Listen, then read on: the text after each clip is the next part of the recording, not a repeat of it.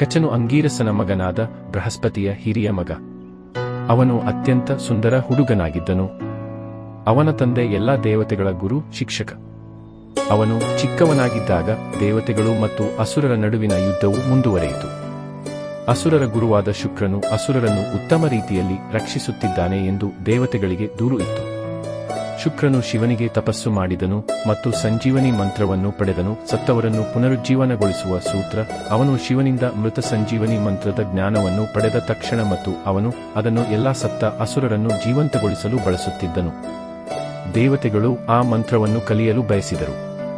ಕಚ ಅವರಿಗೆ ಸಹಾಯ ಮಾಡಲು ಸ್ವಯಂ ಪ್ರೇರಿತರಾದರು. ಅವನು ಹೋಗಿ ವಿದ್ಯಾರ್ಥಿಯಾಗಿ ಶುಕ್ರನನ್ನು ಸಮೀಪಿಸಿದನು. ಶುಕ್ರನು ಅವನನ್ನು ಸ್ವೀಕರಿಸಿದನು ಮತ್ತು ಅವನಿಗೆ ಕಲಿಸಲು ಪ್ರಾರಂಭಿಸಿದನು. ಶುಕ್ರನಿಗೆ ದೇವಯಾನಿ ಎಂಬ ಸುಂದರ ಮಗಳಿದ್ದಳು. ದೇವಯಾನಿ ಸಂಸ್ಕೃತ ದಿವೈನ್ ಶುಕ್ರಾಚಾರ್ಯರ ಮಗಳು ಮತ್ತು ಅವರ ಪತ್ನಿ ಜಯಂತಿ ಇಂದ್ರ ದೇವಯಾನಿಯ ಮಗಳು ಮತ್ತು ಕಚ ಒಂದೇ ವಯಸ್ಸಿನವರಾಗಿದ್ದರು. ಅಸುರರು ಇದನ್ನು ಬಹಳ ಅನುಮಾನದಿಂದ ನೋಡುತ್ತಿದ್ದರು.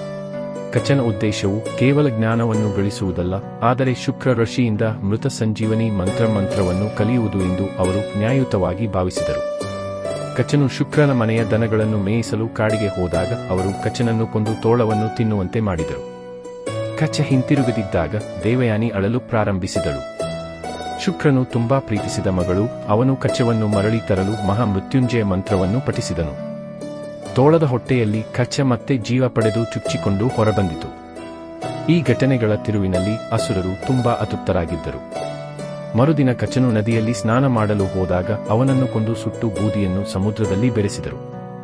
ಮತ್ತೆ ಅದೇ ಆಯಿತು.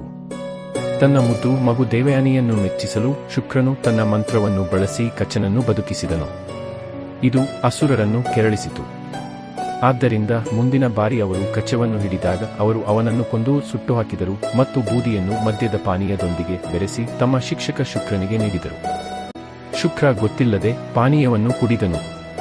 ಈ ಬಾರಿ ಶುಕ್ರನು ಮಹಾಮೃತ್ಯುಂಜಯ ಮಂತ್ರವನ್ನು ಜಪಿಸಿದಾಗ ಅವನು ಶುಕ್ರನ ಹೊಟ್ಟೆಯಲ್ಲಿ ಜೀವ ಪಡೆದನು. ಹೊರಗೆ ಬಂದರೆ ಶುಕ್ರ ಸಾಯುತ್ತಾನೆ ಎಂಬುದು ಸ್ಪಷ್ಟವಾಯಿತು. ಆಗ ಶುಕ್ರನು ತನ್ನ ಹೊಟ್ಟೆಯೊಳಗಿದ್ದ ಕಚನಿಗೆ ಮೃತ ಸಂಜೀವನಿ ಮಂತ್ರವನ್ನು ಉಪದೇಶಿಸಿದನು. ಕಚನು ಶುಕ್ರನ ಹೊಟ್ಟೆಯಿಂದ ಹೊರಬಂದು ಮಂತ್ರವನ್ನು ಪಠಿಸುವ ಮೂಲಕ ತನ್ನ ಗುರುವನ್ನು ಮತ್ತೆ ಜೀವಂತಗೊಳಿಸಿದನು. ಅದು ಮುಗಿದ ನಂತರ ಕಚ ತನ್ನ ಗುರುಗಳಿಗೆ ಹಿಂತಿರುಗಿ ಹೋಗಬೇಕೆಂದು ಹೇಳಿದನು. ಈ ಸಮಯದಲ್ಲಿ ದೇವಯಾನಿಯು ಕಚನನ್ನು ಪ್ರೀತಿಸಿದ್ದರಿಂದ ತನ್ನನ್ನು ಮದುವೆಯಾಗುವಂತೆ ವಿನಂತಿಸಿದಳು. ಆದರೆ ಕಚನು ತಾನು ಶುಕ್ರನ ಹೊಟ್ಟೆಯಿಂದ ಹೊರಬಂದಾಗಿನಿಂದ ಅವನಿಗೆ ಮಗನಂತೆ ಮತ್ತು ದೇವಯಾನಿಯು ಸಹೋದರಿಯಂತೆ ಎಂದು ಹೇಳಿದನು. ದೇವಯಾನಿಯು ಕಚನಿಗೆ ತಾನು ಕಲಿತ ಮಂತ್ರವನ್ನು ಜಪಿಸಿದರೆ ಅದು ಫಲಪ್ರದವಾಗುವುದಿಲ್ಲ ಎಂದು ಶಪಿಸಿದಳು. ಕಚನು ದೇವಯಾನಿಗೆ ಯಾವ ದೇವತೆಯ ಮಗನನ್ನು ಮದುವೆಯಾಗುವುದಿಲ್ಲ ಎಂದು ಶಪಿಸಿದನು. ಕಚ ಸಂತೋಷದಿಂದ ಹಿಂತಿರುಗಿ ತಾನು ಕಲಿತ ಮಂತ್ರವನ್ನು ಇತರರಿಗೆ ಕಲಿಸಿದನು.